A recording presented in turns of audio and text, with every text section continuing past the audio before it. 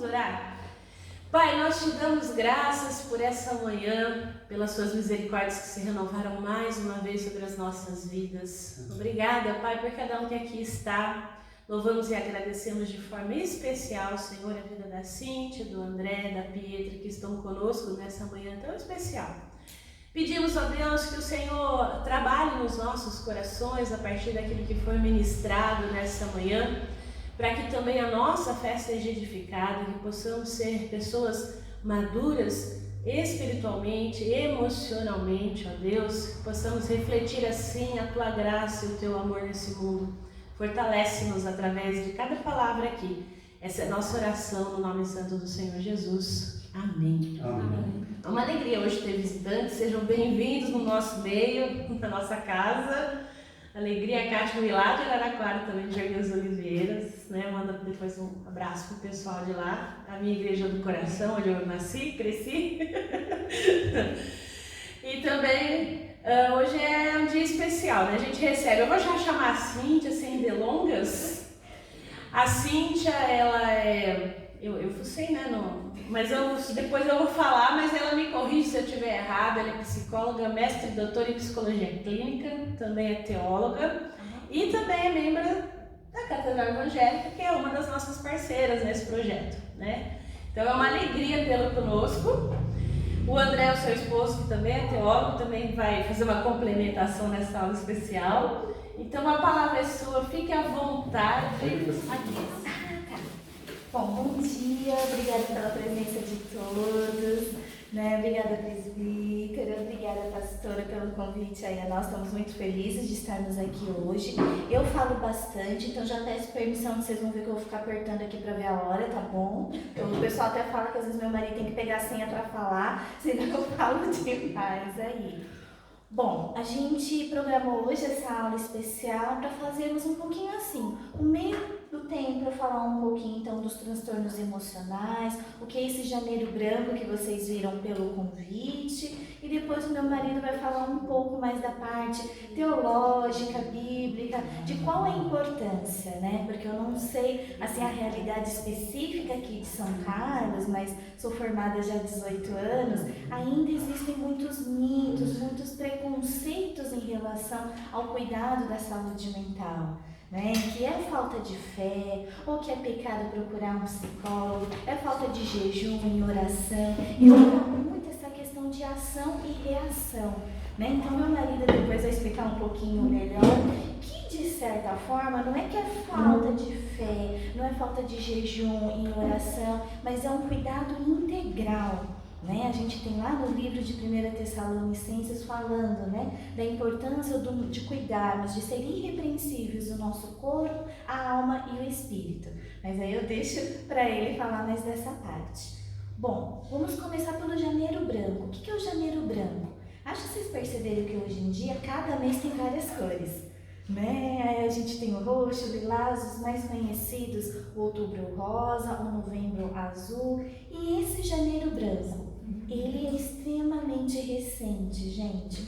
O Janeiro Branco ele começou com uma campanha do Conselho Regional de Psicologia de Minas Gerais, porque o estado de Minas Gerais é o estado que mais migram pessoas para os Estados Unidos. E por conta das condições dessas migrações, nem todas são legais, eles começaram a perceber um número de tentativas e infelizmente até de conseguirem suicídios. Muitos mineiros se suicidando, não conseguindo um emprego lá, ou às vezes nem conseguindo chegar até os Estados Unidos. E eles começaram então no início de janeiro, que é aquele momento, né, da magia do calendário, do ano novo, de fazer novos planos, que os mineiros mais embarcavam para os Estados Unidos. Só que os outros conselhos regionais ao longo, né, do país começaram a perceber que, nossa, interessante essa campanha, porque não existe nada falando sobre o cuidado da saúde mental. Então, de um ano para o outro, não vai fazer nem 10 anos, junto com a Sociedade Brasileira de Psiquiatria, nós temos então o Janeiro Branco. E aí vocês podem falar, tá, mas branco significa o quê? Nesse mundo atual de preconceitos que a gente vive, né? O branco é limpeza, né? O branco é a pureza. Não, vamos lá, vou fazer uma perguntinha, vamos ver quem lembra aí da época de escola. Sempre a gente aprende que tem o branco e o preto, e qual dos dois que reflete todas as cores e é aquele que absorve todas as cores? Branco, tá? Então por isso que ficou como o janeiro branco, justamente para isso, para a gente refletir sobre tudo que acontece na nossa vida. E o que é esse tudo que acontece na nossa vida? Vocês devem às vezes, né, já conhecerem ou se perguntarem, e muitos falam assim para mim, Cíntia, eu sei qual a diferença de psiquiatra e psicólogo. Se é uma coisa simples, psicólogo. Se precisar tomar remédio, vai para o psiquiatra. Né? Geralmente é isso que a gente conhece. Não é bem assim, gente. É porque a gente divide a nossa saúde mental em transtornos emocionais / psicológicos e transtornos psiquiátricos. Qual a diferença? Tá? Desculpa, não vou poder me aprofundar muito, senão vou ficar 3 horas aqui falando, mas a minha ideia hoje da aula é dar um panorama geral. O que são, bom dia, bem-vindos. O que são transtornos psicológicos, transtornos emocionais? É quando a gente sai do nosso equilíbrio natural de convivência com as pessoas e a gente se afeta pelas nossas emoções. Por exemplo, raiva. O que é raiva? Né? A raiva é um grande guarda-chuva que eu posso ter irritação, nervosismo, parentes ali as arestas do guarda-chuva, como eu explico, é regra interna violada pelo outro. Então, se alguém faz algo que eu não concordo, que eu não me agrade, eu nem estou falando se está certo ou se está errado, eu vou ficar com raiva, eu vou ficar nervoso. Exemplo bem paulistano, levaram uma fechada, obrigada, mano. Levaram uma fechada no trânsito em São Paulo. A gente fica com bastante raiva. Aqui também. Aqui também. Raiva, emoção natural, todos nós temos. Depois de um tempo, uns depois de 5 minutos, 10 minutos, outro quando chega em casa desabafar com a esposa, mas passou. Só que quando a gente fica ruminando, nossa, aquele motoqueiro, é sem noção, é não sei o que. Quando a gente fica ruminando uma situação que aconteceu com a gente, essa emoção da raiva que é natural, ela faz o quê? Morada na nossa mente. E aí que começam os transtornos, então, psicológicos, porque eu começo a descontar em todo mundo, eu sou extremamente irritadiço com todo mundo, e se eu não tenho consciência que, olha, coisas ruins podem acontecer, posso ficar com raiva, posso ficar triste, posso ficar ansioso, e trabalhar isso, essa parte mais com o meu marido daqui a pouco, e trabalhar isso de uma forma espiritual, de olha, coisas ruins acontecem, né? A alegria vem depois de uma tempestade, que aí a gente vai mudando os versículos aí, mas a gente vai lembrando deles. Fica um pouco mais fácil a nossa vida.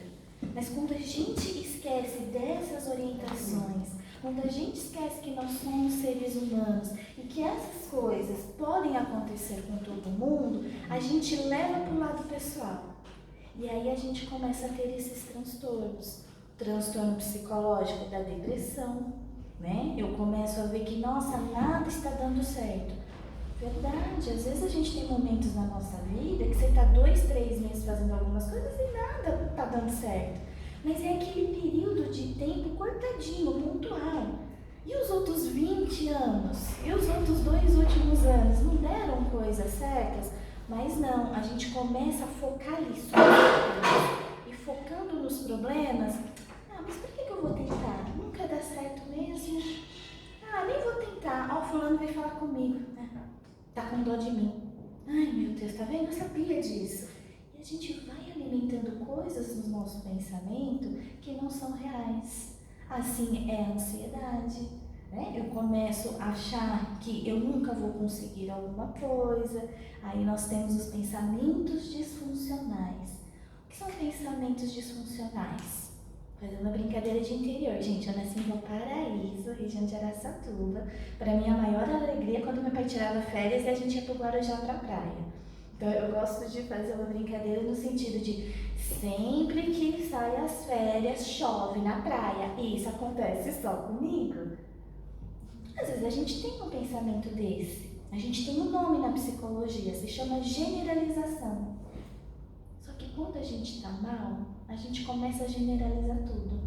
Nunca nada dá certo pra mim. Ah, nasci nessa família, né? Se eu tivesse nascido naquela uma família lá, né? As brincadeiras de Facebook, não nasci herdeiro, não adianta. E esses pensamentos, a gente vai dando espaço para eles e vem o transtorno de ansiedade. Ou eu não estou muito bem. Às vezes eu posso ser uma pessoa meio medrosa, receosa, natural, né? Somos seres humanos. Assistir um telejornal que quase 1h30 falando de assassinato, falando de assalto, pronto, já vai lá e fica vendo 5 vezes se fechou o portão. O que a gente está vendo aí? O nascimento do quê? Do toque, do transtorno obsessivo compulsivo. Nossa, ai, mas será que não está muito gelado? Ai, será que eu não vou ter uma dor na garganta? Até uma coisa simples dessa, a pessoa que já está transtornada, ela perde a noção da realidade. E quando que isso, que é um transtorno emocional, psicológico, pode se transformar num transtorno psiquiátrico? O que vocês acham, gente? Será que dá para se transformar? Transforma. Como é que transforma? Gente, a Organização Mundial da Saúde, após a Segunda Guerra Mundial, formada por psiquiatras, psicólogos, pastores, rabinos, né, representantes de todas as religiões, começaram ali após a Segunda Guerra a perceber que os países da Europa, a própria Alemanha ainda dividida na Guerra Fria, eles estavam se reconstruindo enquanto países, enquanto outros de longe, como o Brasil, por exemplo, estavam mal. Nossa, mas por que isso? O que eles descobriram em pesquisas? Que esse pessoal, eles passaram por tantas perdas durante a guerra, que eles resolveram retomar essas perdas. Quais eram essas outras perdas? 8 áreas que todos nós precisamos ter. Se vocês colocarem lá no Google, definição de saúde mental da OMS, quais são as 8 áreas? E não é ordem de importância, tá? É que eu decorei desde 2002 na faculdade. Vida pessoal, vida profissional, vida financeira, vida espiritual, lazer, social, saúde e vida familiar. Essas 8 áreas precisam existir na nossa vida. Quando a gente começa a deixar, lógico, de acordo com o nosso ciclo de vida, nem todas vão ter 100% da nossa atenção. Mas quando a gente começa a ter um desequilíbrio de vou viver mais a minha vida profissional, nossa, porque eu tô na idade, eu tenho que me dedicar. E eu deixo de estar tão presente na vida familiar, de estar com os amigos. Vida espiritual, nossa, isso é coisa para criança, escola dominical, não preciso. Eu leio aqui meu Salmo 91, tá bom. Eu vou deixando essas coisas de lado, eu vou perdendo o equilíbrio. É aonde esses pensamentos disfuncionais vão ganhando poder, a ponto da pessoa estar ali focada, vendo só o problema, e aí só com ajuda psiquiátrica que eu vou conseguir. Porque quando a gente fala que o ser humano ele é biopsicossocial, geralmente a gente associa o bio com o quê? Bio que é ser humano. Não só isso, o bio, gente, é porque nós somos bioquímicos. Né? Eu estou aqui conversando com vocês e vocês prestando atenção porque tudo que vocês se alimentaram se transformou em lítio, em magnésio, em ferro, que está tudo aqui no nosso cérebro. Por isso que a gente fala também do equilíbrio da nossa alimentação. Por exemplo, depressão, né? Vamos começar a dar exemplos práticos. Muitas pessoas têm aquela depressão, vamos falar, mais leve, deprimida, melancólica, por problema de alimentação. Você vai fazer um exame de sangue e aí você tem lá o TGO e TGP, que são os hormônios do fígado. Tá elevado, por quê? A pessoa bebe talvez tanta cerveja, come tanta gordura, que a gordura do fígado tá tão alta que esse hormônio da TGO e da TGP impedem a produção da ocitocina, que é o hormônio do prazer. Então, olha aí a gente falando da questão do equilíbrio das 8 áreas. Então, tudo, lógico, gente, eu não vou falar, olha, alguém está depressivo, está ansioso porque só come macarrão, porque não come salada. Repito, não é ação e reação, mas é o equilíbrio. Além disso, é importante a gente saber, alguns transtornos psiquiátricos, eles não se tornam, eles não surgem, a gente já nasce com eles. Isso a gente chama de neurodivergência. O que é neurodivergência? Neurológico de cérebro. Todos nós aqui, a priori, temos o mesmo cérebro. Porém, o nosso cérebro só é o mesmo em termos de divisão. Todos nós temos aqui na região da testa o córtex pré-frontal, que me fala assim, não, eu não vou para a igreja de shortinho e blusinha, meio sem noção, isso é bom lá na praia, por mais que esteja calor. Todos nós temos as áreas do nosso cérebro funcionando da mesma forma, porém algumas pessoas nascem com essa forma de processar um pouco diferente. Não é em termos de estrutura, você vai fazer uma ressonância, uma PET scan, não vai dar diferença alguma, porque é no processo neurológico. E aí eu peço licença, vou trazer um pouquinho aí de biologia. Todo mundo aqui já ouviu falar dos neurônios? Vocês já ouviram falar da barra de mielina? Já ouviram falar de astrócitos? Vamos juntar os três agora? O que são os neurônios?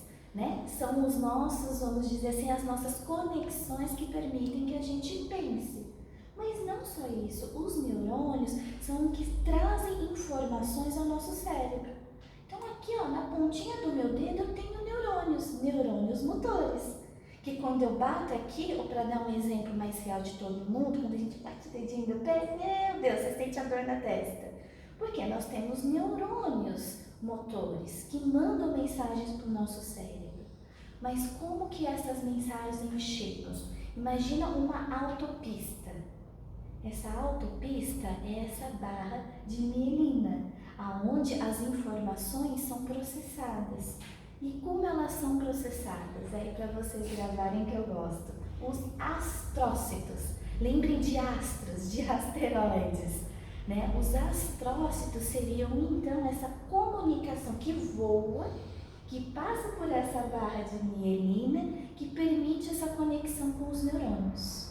Tá? Tudo bem? Tranquilo aqui, gente? Ai, desculpa aí quem estiver assistindo depois aí. É nisso, gente.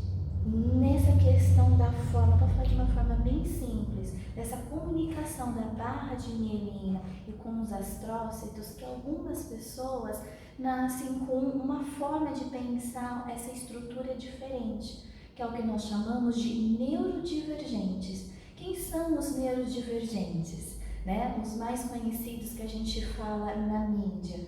Nós temos o autista, nós temos o TDAH, nós temos o TOD, que é o transtorno de desafio opositor.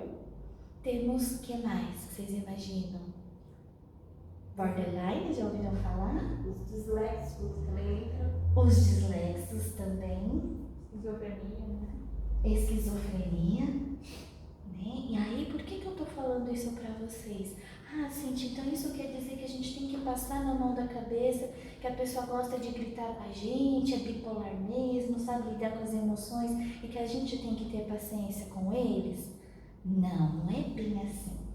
Mas da gente entender que para essas pessoas não basta só relembrar da importância do equilíbrio das 8 áreas da roda da vida.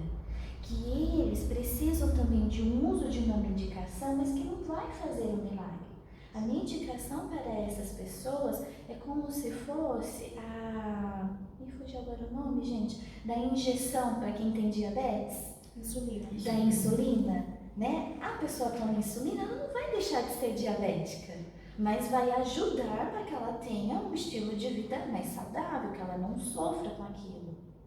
E aí o que a gente faz então? A medicação vai ajudar essas pessoas neurodivergentes a terem um equilíbrio um pouco maior, já que elas funcionam de uma forma diferente, mas elas precisam também, gente, serem tratadas de forma diferente. E não é serem tratadas de forma diferente por dó, por compaixão. É serem tratadas de forma diferente como eu e você gostamos de ser tratados na nossa individualidade. O problema é que nós, eu brinco, né, desde pequenas, como a Esther, a Pietra, a gente ensina elas a ler, a escrever, a ser uma pessoa de bem, procurar um curso técnico, uma faculdade, uma vocação pastoral, ministerial. Mas a gente não ensina a se relacionar com o ser humano. A gente não ensina essa questão do socioemocional, ela é pouco presente. E aí, quando a gente fala da importância do socioemocional para essas pessoas neurodivergentes com esquizofrenia, né, que a irmã trouxe, nós temos diferentes tipos de esquizofrenia. O meu avô materno, ele tem esquizofrenia refratária. O que significa isso? Ele é esquizofrênico, mas infelizmente todas as medicações que existem até hoje, até as mais atuais, não fazem efeito nele. Né? Ele tem 84 anos. Imagina, para minha avó, minha mãe, meus tios lidarem com uma pessoa dessa. Não é fácil. Nunca foi fácil. Todo mundo aqui acredita que tem experiência de, ixi, aquele tio ali, ó, não tá de bem hoje não, olha, tá virado pra lua. Ih, a fulaninha ali, ó, ontem a gente cumprimentou, conversamos na igreja, passei hoje na rua no Magazine Luiza, nem me conheceu. Todo mundo tem uma história assim. Só que a gente julga eles. São problemáticos, temperamento difícil. Né? Quantos casamentos, quando começou-se, né, a legalizar a questão do divórcio no Brasil, muitos motivos eram o quê? Incompatibilidade de genes. Muitas dessas pessoas tinham uma bipolaridade, um borderline, e que não eram reconhecidas, não eram tratadas. Porque via de regra a gente fala o quê? A falta de educação. Olha, não sabe ser mulher, não sabe ser homem. Além das piadinhas, né? Nós estamos no estado de São Paulo, que quase que reúne tudo aqui do Brasil. Ah, só podia ser do Mato Grosso mesmo. Ah, só podia ser nordestino mesmo. Que pior ainda mais. E repito, a gente precisa de nós. Eu brinco, né, que de perto todo mundo gosta de ser juiz de futebol, gosta de ser médico. Agora, recentemente, na pandemia, todo mundo se tornou, esqueci agora o nome lá daquele... Epidemiologista? Epidemiologista, né? Todo mundo entende de tudo, mas a gente não para um tempinho para a gente entender o outro. Eu brinco com meu marido, né? O grande mal que eles fazem, por exemplo, né? Os católicos, vou falar assim, mas de uma forma brincando, gente, com o apóstolo, né? A gente não usa o termo apóstolo, mas com o apóstolo Santo Tomé. Basta uma pessoa ser curiosa, querer entender melhor o assunto. Lá vem o Santo Tomé da vida. Não tô falando, eu não estudei, você não precisa procurar o médico, precisa. Nem todo mundo é esse Santo Tomé do jeito que foi pregado. Vamos pensar o Santo Tomé como um cientista? Como aquele que ele não quer ser levado pela multidão, mas ele quer ter certeza? Né? Santo Tomé era um dos apóstolos que caminhavam com Jesus e conhecia Jesus. Ele, eu quero ter certeza, porque eu sei. Então, às vezes, essa simples brincadeira, gente, já mostra essa nossa dificuldade de lidar com o outro, de julgar o outro. Lá no convite eu falei, vamos entender um pouquinho mais, por exemplo, né, o borderline e o bipolar, né? Essas pessoas são conhecidas por o quê? Por uma instabilidade emocional muito grande, né? O borderline, já esse nome do inglês, está ali no border, na fronteira. Ao mesmo tempo que ele está calmo, vamos dizer assim, ele pode estar nervoso.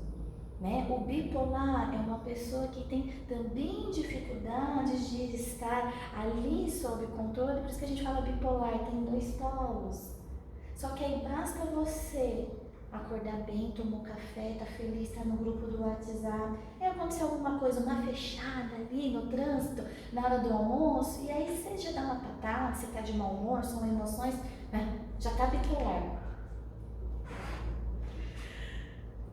Essas brincadeiras, como psicóloga, eu costumo dizer, até nos ajuda a falar desses problemas, mas ao mesmo tempo nos atrapalham muito, porque tem pessoas, os neurodivergentes, que realmente não conseguem controlar.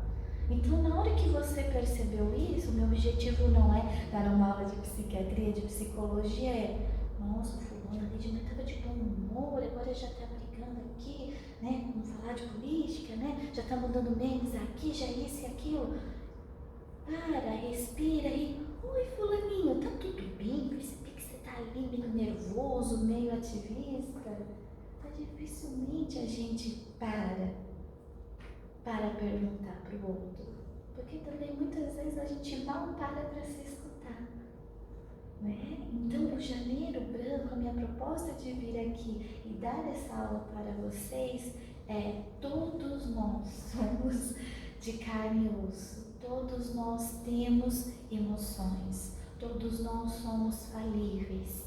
E se a gente não cuidar desse equilíbrio das 8 áreas, vamos lá, quem se arrisca a fazer uma prova em oral? Quais são as 8 áreas, gente, da saúde mental? Ó, vamos fazendo com a cabeça, vamos ver se vocês lembram, né? Vida pessoal, profissional, financeira, familiar, social, família, espiritual e lazer. A gente precisa cuidar dessas 8 áreas. E mesmo cuidando dessas 8 áreas, vai ter pessoas que vão ter dificuldade, que são os neurodivergentes. Repito, não é questão de ter dó, não é questão de passar a mão na cabeça. É que eles precisam, como nós, serem tratados de forma diferente. O problema é que a forma que eles vão ser tratados de forma diferente, como você lembrou da esquizofrenia, não é uma coisa tão simples. Às vezes a gente precisa parar para estudar.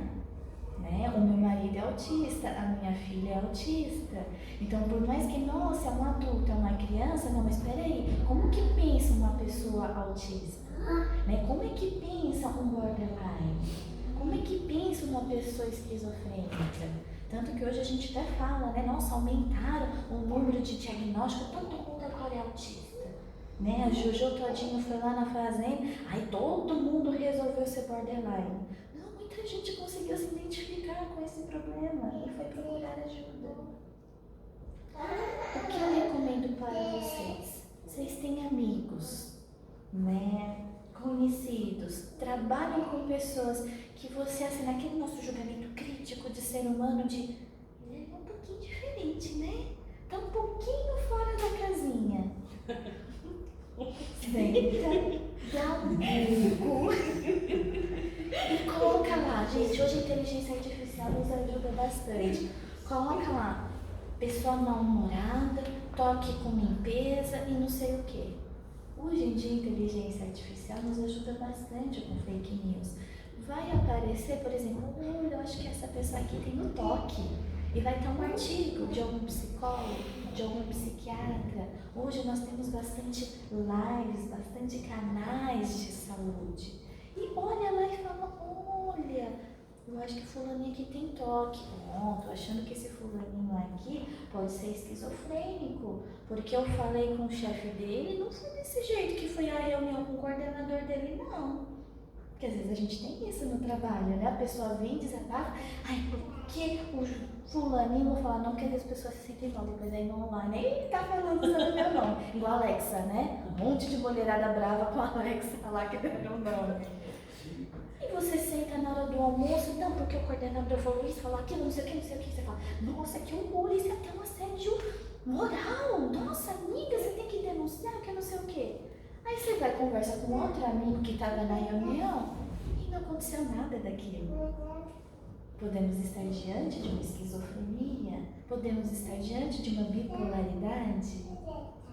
Perceberam isso? Vamos usar o WhatsApp, que a gente gosta de compartilhar informações. E olha que interessante, os 10 problemas emocionais mais comuns que a pessoa vai ler e às vezes ela vai se reconhecer. Eu faço postagens no Instagram desde 2017, eu acho, né, amor? Nunca foi para marketing. Sempre foi para tentar divulgar algumas coisas que a pessoa lê. Nossa, eu acho que eu sou isso, amor, eu acho que eu sou aquilo. Eu fiz uma live com meu marido para falar do autismo adulto, ele só descobriu que era autista no nascimento da nossa filha, e eu postei tanto a live, escrevi comentários, várias pessoas de vários lugares do país falando, nossa, eu me identifiquei, eu também penso assim. Teve uma que me marcou bastante para dar um exemplo para vocês, nossa, eu acho que eu sou autista, não gosto de sair, eu me apavoro quando eu penso que tenho que ir para reunião divulgada. Falei, olha, de onde que você é? Tá, olha, tem esse sitezinho aqui, procura um profissional. Ela foi procurar achando que era autista. Quando chegou lá, ela descobriu que na verdade ela tem fobia social. Mas olha que bacana, diante de uma informação, ela se identificou com alguns pontos e acabou descobrindo o problema. E para eu finalizar, para passar para o meu marido, mas Cindy, por que você está dando esse exemplo? Porque a gente consegue ter vários sintomas, sinais parecidos em todas as áreas. Borderline e bipolar, o que eles têm em comum? A instabilidade emocional. Porém, a pessoa borderline, ela é extremamente amorosa, extremamente leal, fiel. O bipolar já não é assim. O bipolar te ama hoje, te promete mundos e fundos, faz aquele casamento de caras, dali 6 meses já não gosta mais e já tá com outra pessoa. Posso fazer uma pergunta? Pode. Tipo assim, essa parte da bipolaridade que você falou, faz parte também em relacionamentos, no caso. Isso. Porque, não sei, pelo que eu vejo por aí, geralmente as pessoas terminam umas com as outras e, tipo assim, não dá satisfação nenhuma e vai embora. Isso te chamaram de bipolaridade, então. E isso é um comportamento muito comum em pessoas bipolares. Tipo, você viveu uma vida com ela, seja um mês que ficou com ela, ou 10 anos casada, no dia que termina, tipo... Porque assim, aí pra pessoa tá tudo bem. Porque eu não, mas tem uma parente minha passando por isso. Que ficou casada 6 anos e do nada, um mês depois você tava namorando outra pessoa um pouco mais jovem que ela. Mas acho que... Independente de ser mais de idade ou não, essa atitude, se essa pessoa terminou tipo vida que segue, é um sinal muito característico de alguém bipolar. E você fez uma pergunta que me fez lembrar para eu passar com o André, né? Eu tô aqui de olho,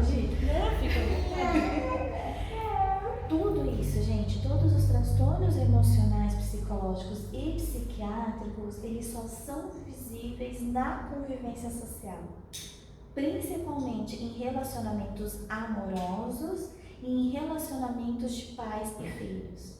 Não falei um aqui que é bastante conhecido, que a gente vê mais em relação de pais e filhos, que é o narcisismo. Né? Ser narcisista, né? Eu falo que é um exagero de autoestima. Tem gente que tem uma autoestima elevada. Vocês viram aí a Shakira com a última música dela aí, né? A autoestima tá lá em cima, dá um Rolex e o quê? Adorei a autoestima dela.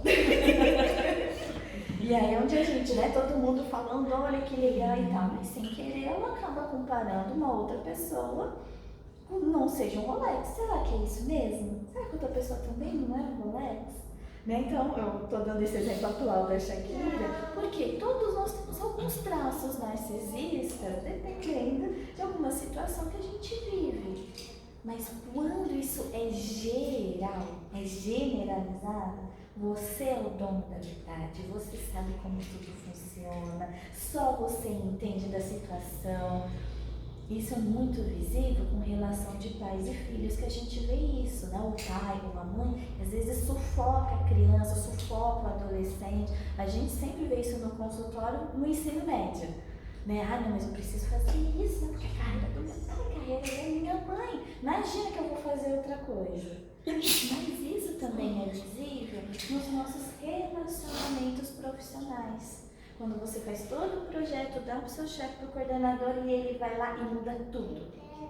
Ou você dá a ideia, ele fala na reunião, não acho que vai ser bom. Dá uma semana depois, você recebe o e-mail que ele contou a sua ideia para outra pessoa e a ideia foi dele e deu super certo. É uma pessoa narcisista. Cíntia, como lidar com uma pessoa narcisista? Como lidar com uma pessoa borderline, com TDAH?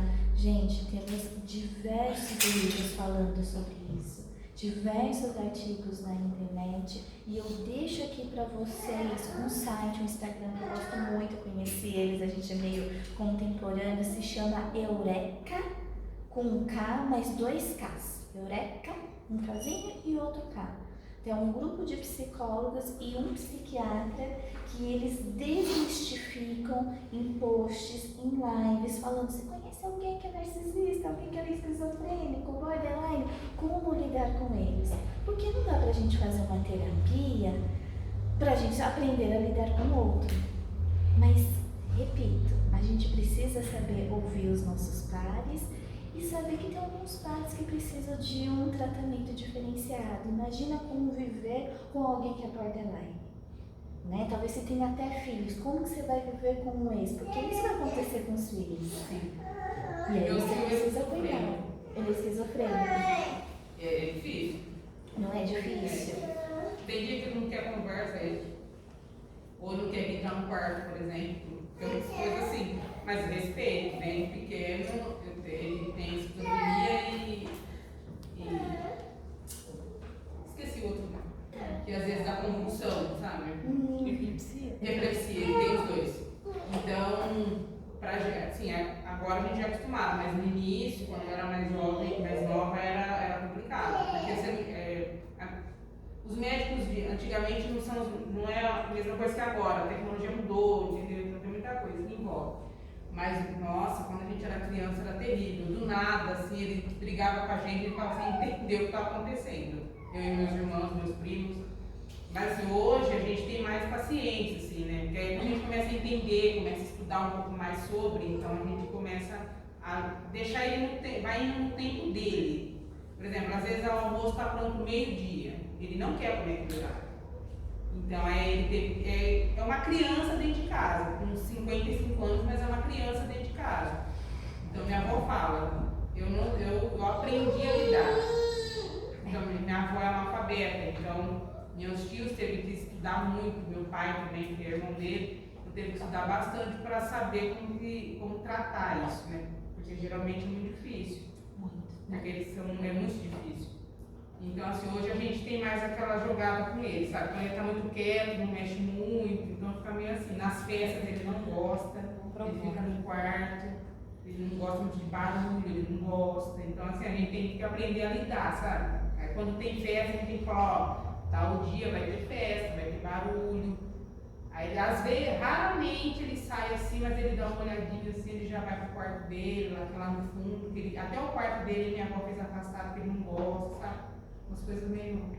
E aí, antes de passar para a Gi, né, você trouxe algo extremamente importante, né? Olha, por sabermos que ele é assim, a gente avisa que, olha, vai ter festa, vai ter aquilo. Mas é nosso dia a dia. A gente avisa o nosso vizinho que no próximo sábado a gente vai fazer um churrasco? Né? Porque será que ele Bota gordura pra queimar lá. Né? Bota o som na caixa e vai a noite inteira. Se for reclamar, a gente fica bravo, hein? Não é 10 horas. Chama os homens. Eu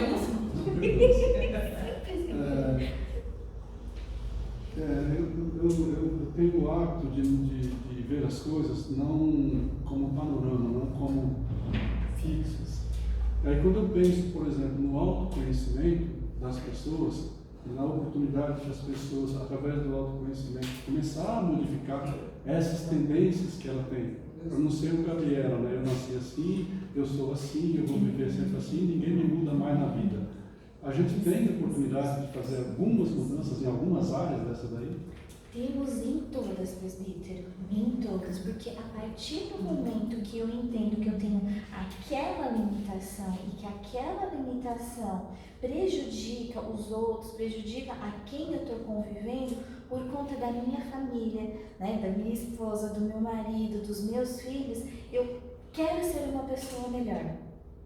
E aí eu procuro ser uma pessoa melhor, sabendo talvez dessas limitações. Uma pessoa com transtorno depressivo, ansioso, ela vai com terapia, fazendo meditação, fazendo academia, fazendo várias coisas, ela vai sair desse quadro. Os outros, como borderline, bipolar, esquizofrenia, eles não vão sair, o cérebro deles é diferente. Mas eles vão entender como o seu tio, né? O seu tio. Né? Então, como o tio dela, o meu avô, eles sabem que tem essa condição ou podem não saber, mas a partir do momento que a gente muda a forma de tratar, a gente tem a chance de fazer eles perceberem que, opa, pera, não é bem por aí. Não tem cura. Para a gente falar em termos da medicina, a gente está com gripe, né? Toma uma aspirina. Esses quadros, infelizmente, à luz da ciência, por favor, tá, gente? Não estou tirando aí o mover de Deus. Não tem cura. Mas dá para essas pessoas terem uma qualidade de vida melhor. Tem uma dúvida também. O meu irmão, ele faleceu recentemente, né? É um ano que ele faleceu, né? E ele tinha ele ficou atrapalhado no final, ele estava começando a ver coisas, né? Achar que o vizinho estava mexendo com um determinado produto químico que ele conhecia lá do passado, ou então que estava instalando câmera de monitoramento lá não sei aonde, está vendo? Tem uma luz vermelha lá, não sei o que. Começou a ver algumas coisas estranhas. E eu acho que sempre foi muito calorento, né? E eu acho que, tá certo, tinha umas dificuldades, mas eu acho que, por exemplo, ele morreu de frio. Ele perdeu a capacidade, no final, assim, na vida dele, no final do último mês de vida dele, eu entendi, porque eu fiquei com ele no hospital, e eu vi que ele não sentia frio. Estava muito frio e ele sentia calor. Então eu achei que ele morreu gelado no final. Ele foi gelando até parar tudo, né? Não sei, não é hipótese maluca, mas ele não tinha noção de frio. Mas ele já era calorento, já vinha de uma coisa diferente. Ele tinha também uns negócios gozados que quando ele bebia álcool, ele ficava alterado. Ele não bebia, ele não era alcoólatra. Mas quando ele bebia, ele tinha um comportamento psicológico alterado, né, que o fazia passar os limites, né? Eu acho que ele morreu. Então, eu estava pensando nessa questão biológica, ou coisa, de você ter essa perda de capacidade de sentir frio por um problema na cabeça, não sei como é. Sim, porque está tudo relacionado a hormônios, né, a fisiologia. Tem um médico que eu sempre gosto de recomendar, que as pessoas às vezes olham para minha cara, que é o reumatologista. Né? Ninguém dá valor para o reumatologista, né? O reumato, presbítero, é justamente esse médico que ele entende a relação dos hormônios com as nossas articulações, com a temperatura do corpo, né? Quando a gente fala quantos alpinistas geralmente, né, que escalam, morrem de hipotermia porque a falta da sensibilidade do frio faz tipo uma conjunção no nosso cérebro de hormônios. A pessoa vai morrer de frio falando fisiologicamente, mas é cometido como consequência de tudo que aconteceu no cérebro dela que não curto-circuito. Né? Então, por isso essa importância do cuidado integral, né? Porque às vezes a gente está, fico feliz por isso, as pessoas procurando meditação, procurando caminhar, mas são poucas as pessoas que procuram um reumatologista para saber como está, né, o seu corpo, que procuram um cardiologista para saber quantas pessoas morriam antigamente com um probleminha que hoje é tão comum chamado sopro no coração, né, que hoje você toma um remedinho lá e tá bem. Né? Então, muito obrigada, presbítero, por dar esse exemplo, né, meus sentimentos pela sua perda, porque a gente precisa entender que o nosso corpo, ele fala. O nosso corpo reage não simplesmente às nossas emoções, mas é esse conjunto, sim. Né? Tem pessoas que, né, falei, eu sou aqui do interior, eu lembro, meu pai era gerente do Banespa, nossa, tinha uns amigos dele, gerente, acabavam com 2, 3 engradados de cerveja. E tava ali, tranquilo, nem parecia que tinha bebido. Em compensação, tinha um outro lá que era muito amigo do meu pai, mal tomava 2 cervejas, tava lá quase fazendo striptease. Porque as crianças, cara, a gente tinha que sair correndo, as mães tudo cantavam. Então essa coisa de corpo, realmente ela existe. Não, só pra comentar, né? Você falou do narcisismo. Eu vejo que às vezes assim, tem uma questão que eu vejo isso que chega pra mim, né? Não foi uma pessoa, eu acho que pelo menos uns 3 ou 4 casos de relacionamento difíceis entre pais e filhos.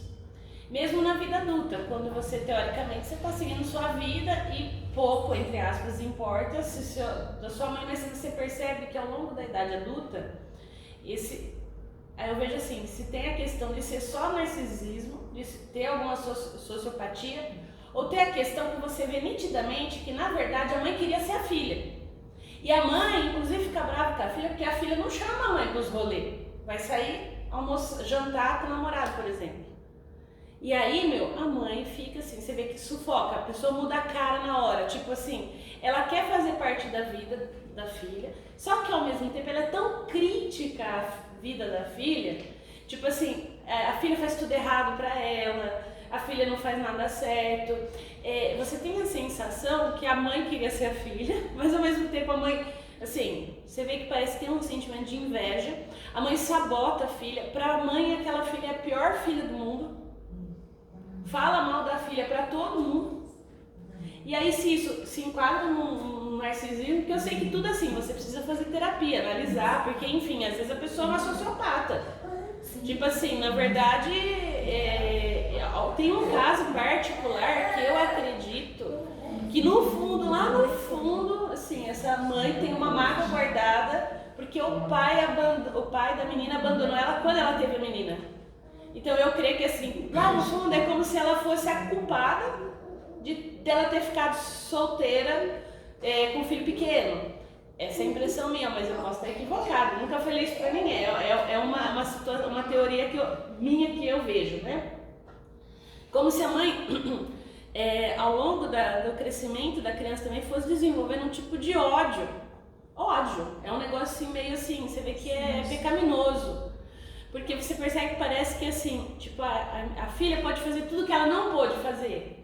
E ao invés de, tipo, ficar feliz porque, meu Deus, a minha filha vai ser muito mais do que eu, vai alcançar melhores coisas. Não, parece que isso vai criando na pessoa um ranço, uma raiva, que você percebe que no fundo parece que ela tem ódio da própria filha, que se ela pudesse, assim, fisicamente falando, ela matava a pessoa. Então, assim, eu não sei se enquadra no narcisismo, porque, assim, eu vejo que a gente hoje, né, todos nós, metade do que a gente é o que os nossos pais fizeram ou falaram pra gente. Psicopatia já. Então, uma coisa grave já, né? Então assim, eu vejo assim, porque a gente que analisa de fora consegue visualizar quando você conhece as duas partes da situação. Tem um caso específico que eu converso com a mãe, converso com a filha, eu vejo e assim, esse caso específico eu acredito que seja isso. Entendi. Tipo assim, foi se criando no coração dela um bloqueio. Então, tipo, e a filha é inteligente, a filha é esperta, a filha é muito mais do que... Só que você vê que eu ainda tenho a curiosidade, eu ainda vou fazer isso, para Deus me prepare, de perguntar para ela, eu queria ouvir um elogio seu. O que você vê de bom na sua filha? Porque eu nunca ouvi ela falar uma coisa boa da menina. A menina tem 30 e poucos anos, já tem filho, enfim, né? Mas eu não sei se chega muito isso no consultório pra você, porque pra mim, eu vejo até esses dias eu falei não sei se foi pra você mesmo ou pra outra pessoa. Eu falei, tem muita gente que chega na igreja buscando solução para os seus problemas, como se a religião fosse terapia, na verdade, não, lembrei, pra quem eu falei isso? Pra um amigo que não é, que é ateu inclusive, eu falei assim, que ele tava perguntando dos desafios e tal, eu falei, tem muita gente que chega achando que a gente vai resolver de uma hora para outra, não que a gente não creia que Deus possa fazer. Mas você vê que tem muita coisa ali que é só terapia para resolver. Muita terapia, bastante terapia.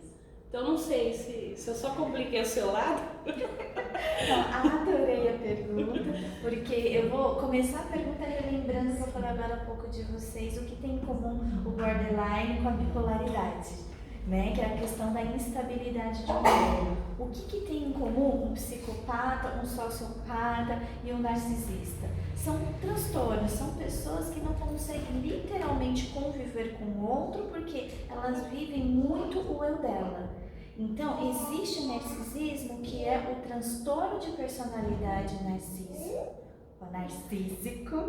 Então, seja filha, seja quem for a pessoa agir, ela vai agir daquela mesma forma. Então, por exemplo, se você vê que não só com a filha, mas com qualquer outra pessoa, sem nunca ver ela elogiando, ok, a gente pode pensar sim num transtorno de personalidade narcisista. Agora, se você vê que a questão é com a filha, específico, a gente pode estar falando de um problema emocional ali não resolvido. Mas também a gente pode estar falando de uma psicopatia. Porque o psicopata, ele escolhe uma, duas, três pessoas, né? Vocês veem quando a gente assiste filme, não é com todo mundo, ele não sai matando todo mundo. Ele tem um perfil. E aí a gente só vai conseguir definir se é um problema emocional pontual ou se é um psicopata, se você vê que o psicopata, ele vai fazer de tudo para minar, para atrapalhar. Então, tipo, se ela for casada, vai fazer de tudo no ouvido do genro, para o genro terminar com essa filha. Aí a gente vai pro lado da psicopatia. Se não só com a filha, mas com as outras pessoas, ela age assim, transtorno de personalidade narcísico. Tirou essas duas, a gente afunilou um problema de relacionamento. Porque eu costumo dizer, Gi, que nós somos cebolas. Né? Eu só consigo ser uma boa mãe da Pietra se eu sou uma boa esposa pro André. A minha conjugalidade tem que permitir uma boa maternidade. Mas eu só vou ser uma boa esposa pro André se eu for uma boa mulher para mim mesma. E nesse caminho, nesse trajeto, as pessoas podem se perder. Então, talvez aí, né, nessa questão da conjugalidade dela, ela se perdeu como esposa. E acaba depositando tudo. Exatamente. Ou até como mulher, né? Tipo, a pessoa às vezes anula quem ela é em prol dos filhos, isso era muito comum. E aí, tipo assim, a hora que os filhos também vão embora, ela já não sabe nem quem ela é. Exato. Hoje isso fez me lembrar da minha mãe, né? É que assim, eu tô falando no caso específico que eu conheço os dois lados, mas eu também pensei, eu lembrei de você, sim. Assim, em relação a problemas emocionais especificamente, né, principalmente depressão, ansiedade, eu acho que a maioria, quase a totalidade desses problemas surge na família. Sim, certo. Chegam, até nós vamos falar assim, no consultório, por problemas no trabalho, né, por problemas, talvez com um amigo, com um pai, mas quando você vai na raiz do problema, é relacionamento familiar. Assim, estamos aqui como irmãos, né? Sou diaconisa também lá da catedral. Sucesso e fracasso, Então, tá quase sempre ligado. é família, gente. Não vou entrar no mérito se é família tradicional, se não é, toda essa questão assim, mas é a família. A família, ela é a base, é o suporte. Ela tem essa capacidade de jogar para cima, mas também de jogar para baixo e enterrar. É incrível. Isso independente da idade. Independente da idade. E às vezes é algo que a gente não fala tanto, né? É por isso que eu falo desse cuidado integral, as 8 áreas que eu falei para vocês, porque a gente esquece que a vida familiar impacta. Né? A Gi falou ali, deu o exemplo, a menina já está grande, está casada, mas às vezes aquilo que a gente influenciou, né? Fomos influenciadas como criança, a gente carrega pro resto da vida. Vou dar um exemplo simples, bobinho meu. Né? Eu sempre tive franjinha igual a minha filha, porque minha mãe adora franjinha. Eu nunca consegui deixar minha franja ser assim, comprida. Eu só consegui deixar ela ficar comprida. Pra vocês darem um exemplo, gente, simples. Quando eu conheci meu marido falou, mas eu gosto tanto quando você não dá tempo pra gente marcar salão e ela fica mais comprida e tal. Gente, isso 7 anos atrás que eu comecei. É uma coisa simples. Né? Podemos até tentar fazer uma anamnese da minha mãe, achar também alguma coisa, mas para vocês verem que, imagina, se isso influenciou, Imagina essas outras questões nossas emocionais. Às vezes de mulheres não casarem porque a mãe ou o pai não gostou do fulaninho. Né? Não poder fazer uma profissão que só tinha, exemplo, só em São Paulo, e a família não queria, não, mas tem aqui, que eu fiz carta, tem não sei o que, faz aqui.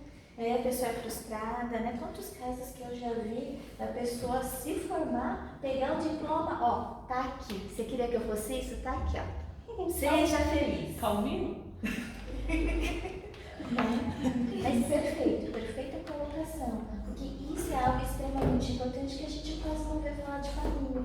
A gente fala bastante, principalmente na minha área, né? Gente, vamos aos médicos, vamos cuidar da alimentação, vamos fazer pilates, academia. Mas a gente pouco fala da importância de família. Especialmente na infância.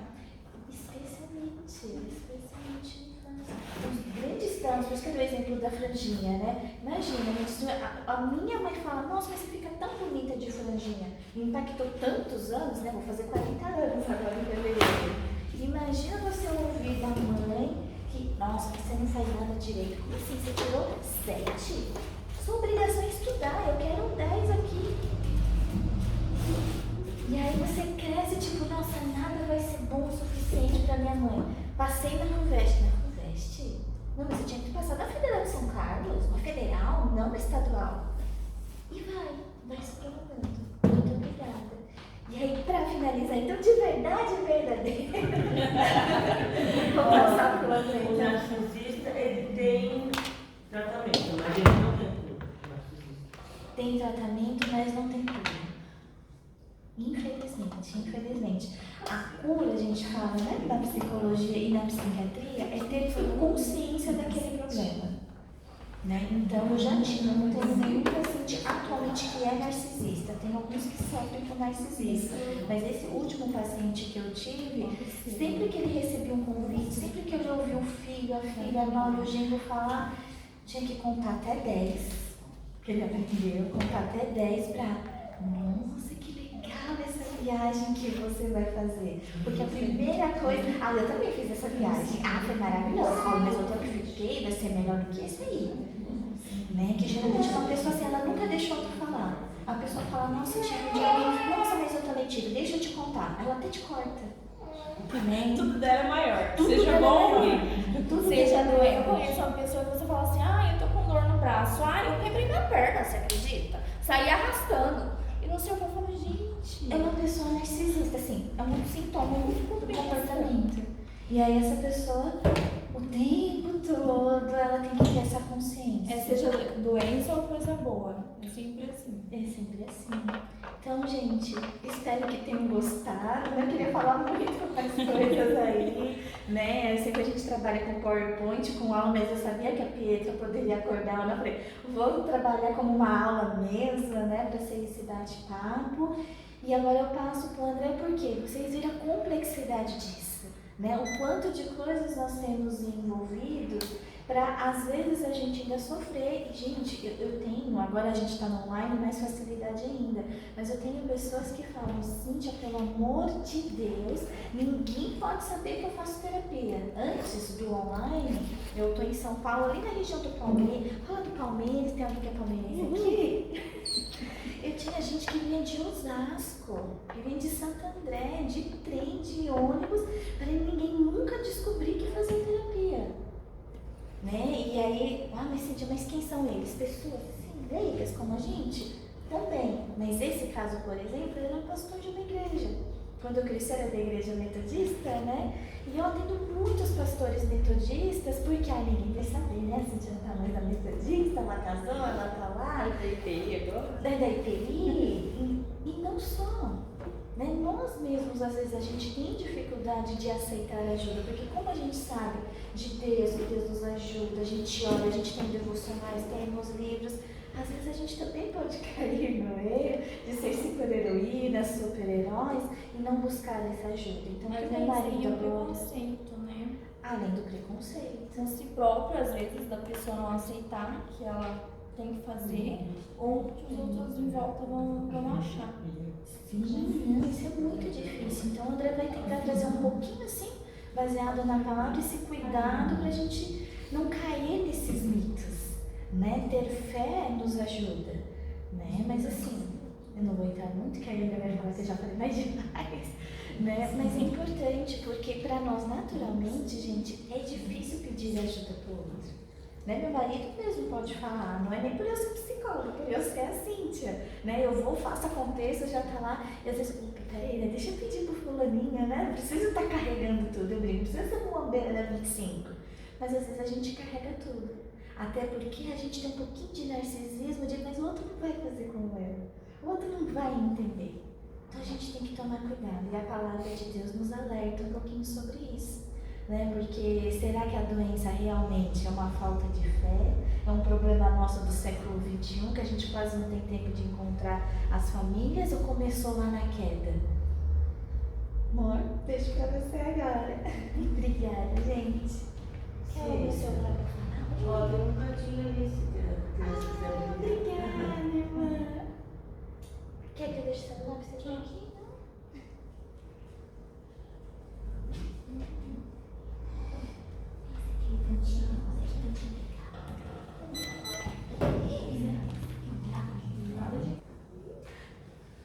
Reverenda, quanto tempo que eu tenho?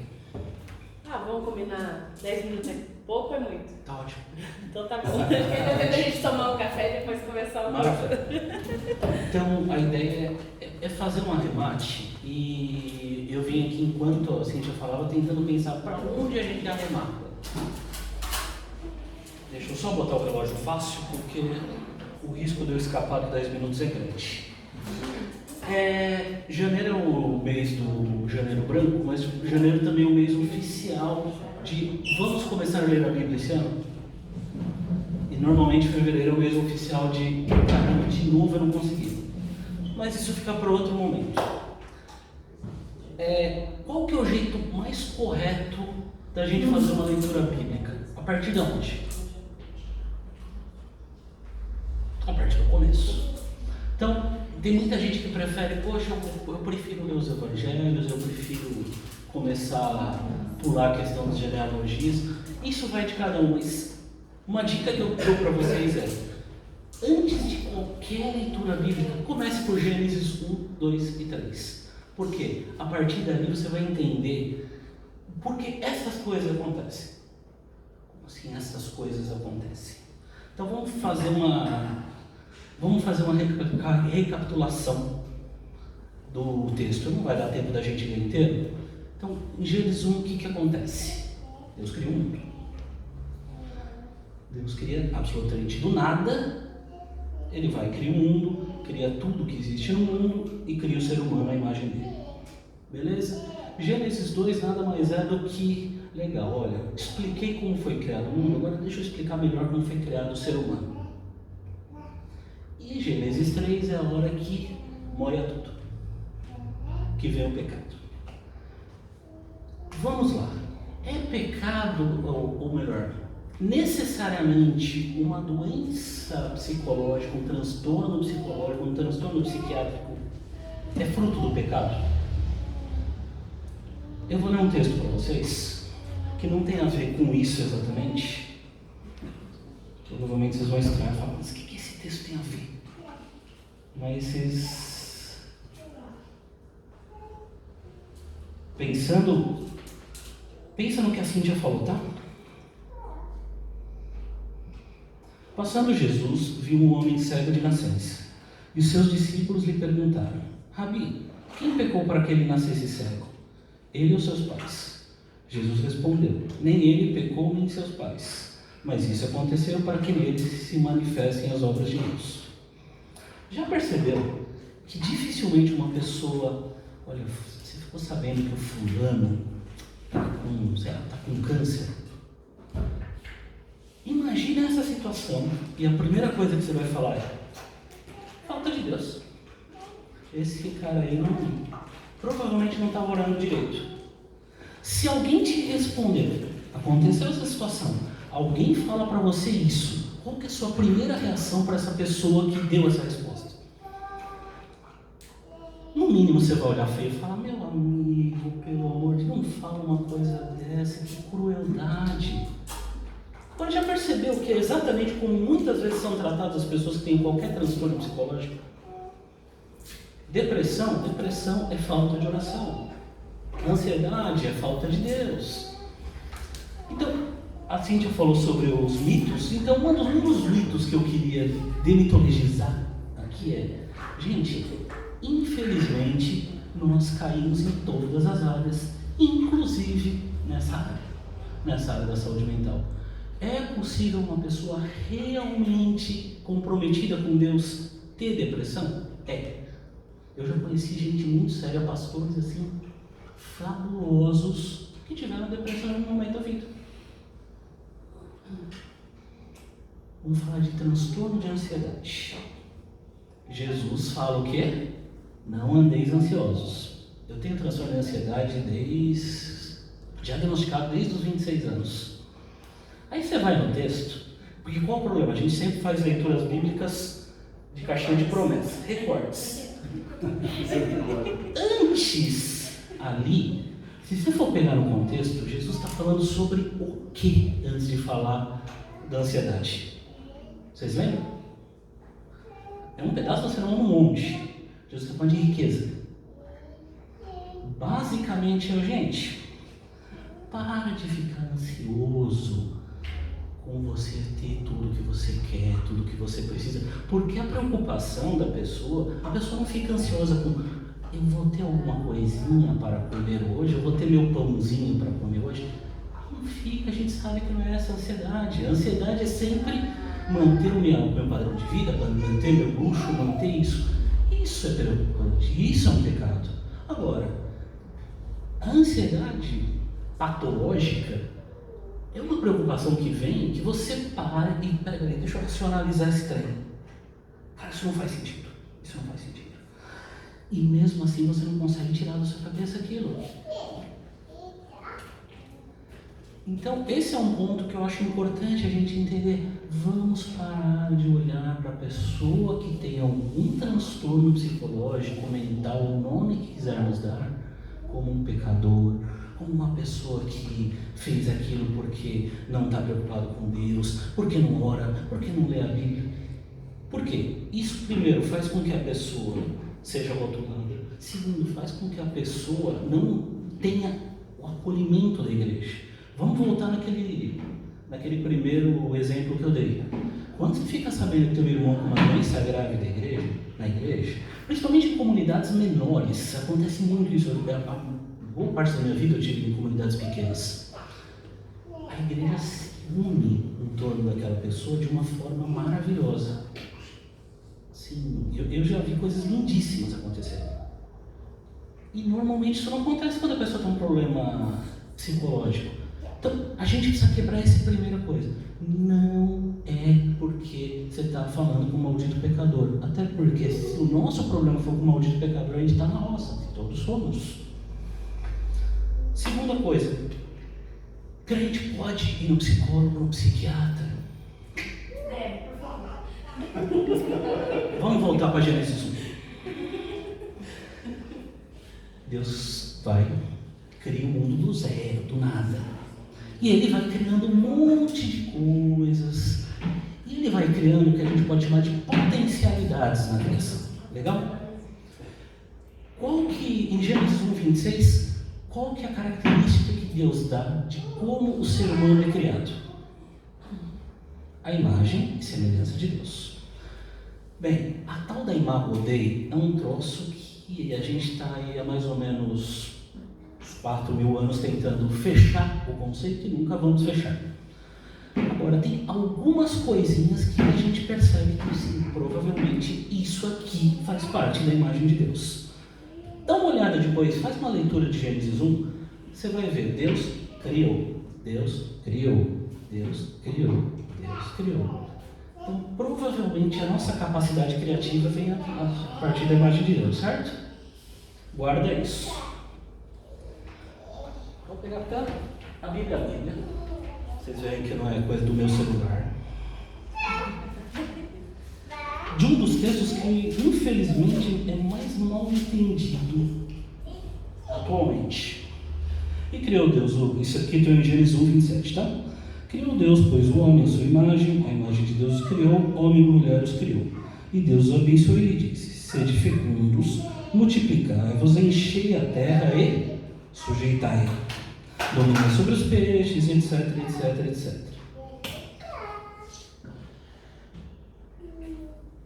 Imagina você indo numa farmácia, indo pegar um medicamento, porque a pessoa, por exemplo, no caso do seu tio, não tem como não usar um medicamento. Legal? Ah, mas, olha, isso é falta de fé. A gente precisa orar. Vamos. Cara, você acha que isso saiu da onde, esse medicamento? Lembra que eu falei de criação, como Deus cria? Deus criou do nada. A gente não cria do nada, a gente cria a partir de onde? De potencialidades que estão na criação. Então, por que eu posso ser um psicólogo ou um psiquiatra e não é pecado? Porque Deus preparou pessoas para isso aí. Deus deu capacidade para essas pessoas. Deus deu capacidade para um cientista, eu não sei como, entender que ele poderia olhar para a planta X e para o elemento da natureza Y, juntar os dois, sintetizar e arrumar um negócio que vai fazer uma reação química num determinado hormônio que vai melhorar a vida e vai melhorar os sintomas de uma pessoa que é esquizofrênica.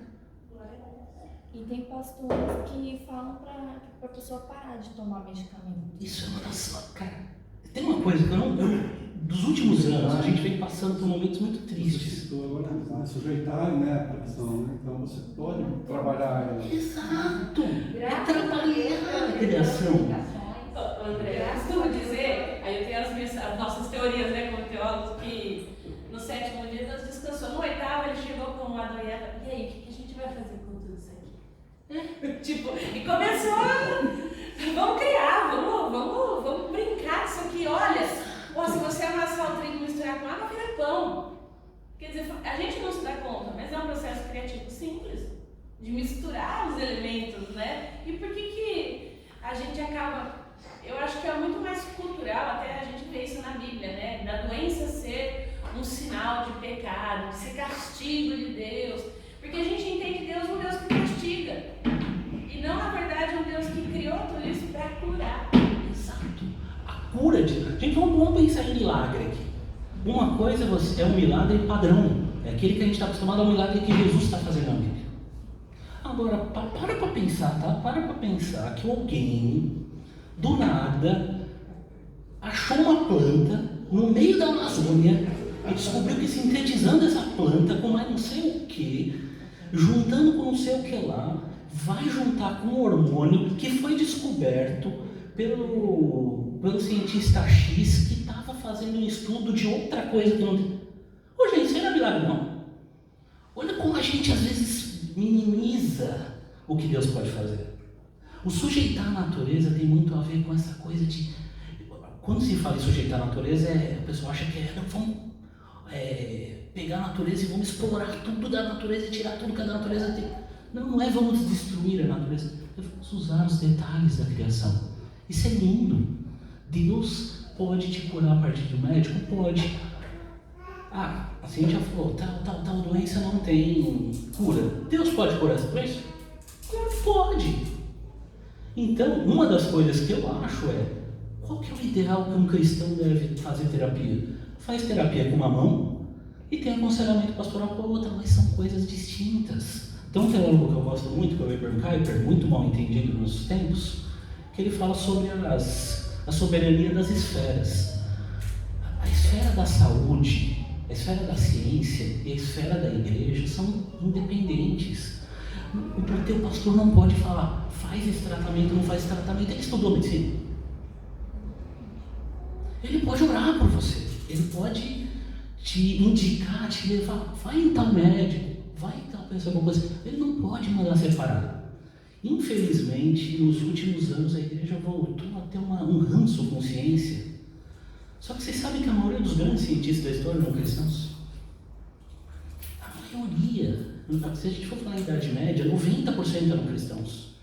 Essa coisa do cientista ateu é uma coisa muito mais nova, muito mais moderna. Então, cara, claro que pode. É claro que pode. Toda a questão psicológica é um problema meramente patológico. Não, às vezes é um problema espiritual mesmo. Quer um exemplo perfeito? Quando Davi apronta aquela palhaçada com Batseba. Aí você vai ver o salmo que ele escreve, que é: enquanto eu caí no pecado, envelheci. Você olha para aquilo e fala: isso é uma depressão. Uma depressão por quê? Porque ele fez picaretagem. Sim, há casos que é realmente, não precisa de psicólogo. Precisa de vergonha na cara, Bíblia, gabinete, se arrepender e acabou. Agora tem casos que a pessoa não tem o que fazer. Então, o que eu queria deixar para vocês é quebrar esses mitos. Gente, a ciência é serva de Deus. Demos glória pela ciência. A ciência não está acima de Deus, jamais, mas ela é serva de Deus. 2, doença psicológica é uma doença. Infelizmente, a criação não acaba em Gênesis 2. Se a história acabasse, eu gosto muito do texto de Gênesis 1:31, que se a gente for pegar a tradução do hebraico, seria como, não sei se todo mundo aqui conhece aquele seriado do Chaves. Lembra quando o Chaves fala muito sim? A melhor tradução para aquela palavra seria essa, muito sim, bom. Só que não parou ali. Infelizmente, o ser humano caiu e a gente tem as nossas mazelas. Só que, misericordiosamente, graciosamente, Deus falou: legal, vocês caíram, mas eu não vou deixar vocês no chão. E Ele potencializou essas coisas. Só para terminar, eu vou só fazer uma rápida... Por favor. Você terminar, não quero falar. Não, por favor. Terminar. Você deu um dado aqui dos cientistas, que havia uma porcentagem grande de cientistas que eram cristãos, né? Uhum. É interessante isso também. Essa na área da medicina, nessa área. Na engenharia, não foi diferente com a minha vida também, né? Algumas coisas que eu criei, né? Que eu posso falar que eu criei também, porque você cria quando você inventa um treco que não tem, né? Que nunca existiu, né? Você olha, é panorama. Então, quando você traz uma coisa nova para o mercado, quando você traz um negócio novo para um produto, quando você inova, quando você faz um treco novo, você está criando. Sim. Né? Mas algumas coisas foram baseadas em sentimentos de crescimento, de religião, de planta, de coisas simples que Deus coloca no coração da gente. Algumas peças eu coloquei até nomes estranhos relacionados com Deus, para você ter uma ideia, por causa da inspiração que Deus dá para você de criar. Né? A ciência é parte da fé. Agora, essa fé pode ter várias origens. Eu não vou entrar aqui, que se eu entrar aqui a gente vai até amanhã. Mas o cientista ele tem uma fé antes daquilo. E se a nossa fé for em Deus, ela facilita algumas coisas. Para a gente terminar, a ciência falou da roda da vida, né? Vamos só brincar e olhar para a roda da vida? Bem, a questão da espiritualidade, a gente não precisa nem comentar o quanto é importante. Por exemplo, na época da pandemia, uma das coisas que ajudou, um dos grupos que menos adoeceu psicologicamente, porque, gente, coisa mais normal do mundo, você passar 2 anos enfiado dentro de casa, você adoecer psicologicamente. Até eu, que sou autista e adoro ficar dentro de casa, queria sair de casa. Isso é sério. Isso é muito sério. Acreditem. Foi um grupo das pessoas que tinham fé, que tinham onde buscar. Tem um negócio chamado coping, que é o modo que a religião, seja ela qual for, influencia na melhora do doente. Então está aqui uma das coisas que Deus nos deu a capacidade. Segunda coisa, a autorrealização, a questão do trabalho, etc. Essa coisa do trabalho, que vem inclusive da palavra, meu Deus do céu, latina, tripalium, é uma coisa que a gente entendeu tudo errado. Trabalho era uma coisa boa. Adão e Eva não iam trabalhar nunca, não. Deus fez um jardim para ser cultivado por quem? O leão e o jumento iam cultivar? Trabalho sempre era para ser uma coisa boa. Então, a gente ter uma boa noção cristã do trabalho vai fazer com que o trabalho não nos adoeça. A questão, por exemplo, do descanso. Deus descansou no 7º dia, mas a gente não descansa. Porque descansar é coisa de vagabundo, não. É absolutamente necessário que a gente descanse. A questão da comunidade. Quando Deus cria o mundo, Ele cria a imagem e semelhança dele. E quem é esse Deus que cria? É um Deus comunidade, Pai, Filho e Espírito Santo. Viver em comunidade é um jeito de se cuidar da saúde. Ter um bom relacionamento amoroso é um jeito de cuidar da saúde. A questão financeira é uma das coisas que mais dá problema de saúde. Entender que a gente tem que pedir pelo pão de cada dia, não pelo pão de cada ano, vai nos ajudar a fazer isso. Então, sim, você precisa procurar um psicólogo em algumas situações. Sim, você precisa tomar um remédio em algumas situações. Mas você quer blindar a sua saúde mental? A Bíblia já faz isso pela gente. Legal, gente. Eu acho que deu para dar um overview aqui no que a gente queria.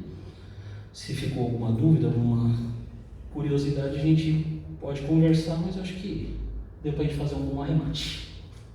Beleza? Faz uma oração pra gente, Sim. pra gente ler.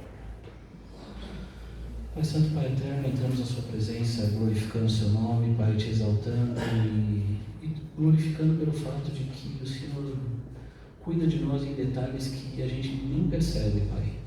Obrigado, Pai, porque o Senhor colocou uma série de potencialidades na criação, Pai, para que curasse as nossas doenças, Pai. O Senhor potencializou uma série de indivíduos a estudarem e poder nos ajudar, Pai. E o Senhor nos deu um manual também de boa vida, Pai. Que a gente consiga entender a palavra de Deus muito mais do que como algo que sirva para tolir as nossas vontades, Pai, mas como que ela realmente é um lugar onde a gente possa entender como a gente foi criado, para aquilo a gente foi criado e como a gente deve viver, Pai. Abençoa-nos, Pai. Cuida da saúde mental dessa igreja, Pai. Cuida da saúde mental de cada um que está aqui, das famílias, Pai. Nos dê capacidade para lidar com os problemas que venham a acontecer, Pai, e que a gente não perca os olhos de Ti, Pai. Cuida do culto que prestaremos a Ti nesse momento, Pai, que Seu nome seja glorificado, Pai, e que a gente não esqueça que para tudo que a gente faz é para ser feito para a honra e glória do Seu santo nome, Pai. É isso que eu te peço e já lhe agradecendo no nome santo de Cristo, Pai. Amém.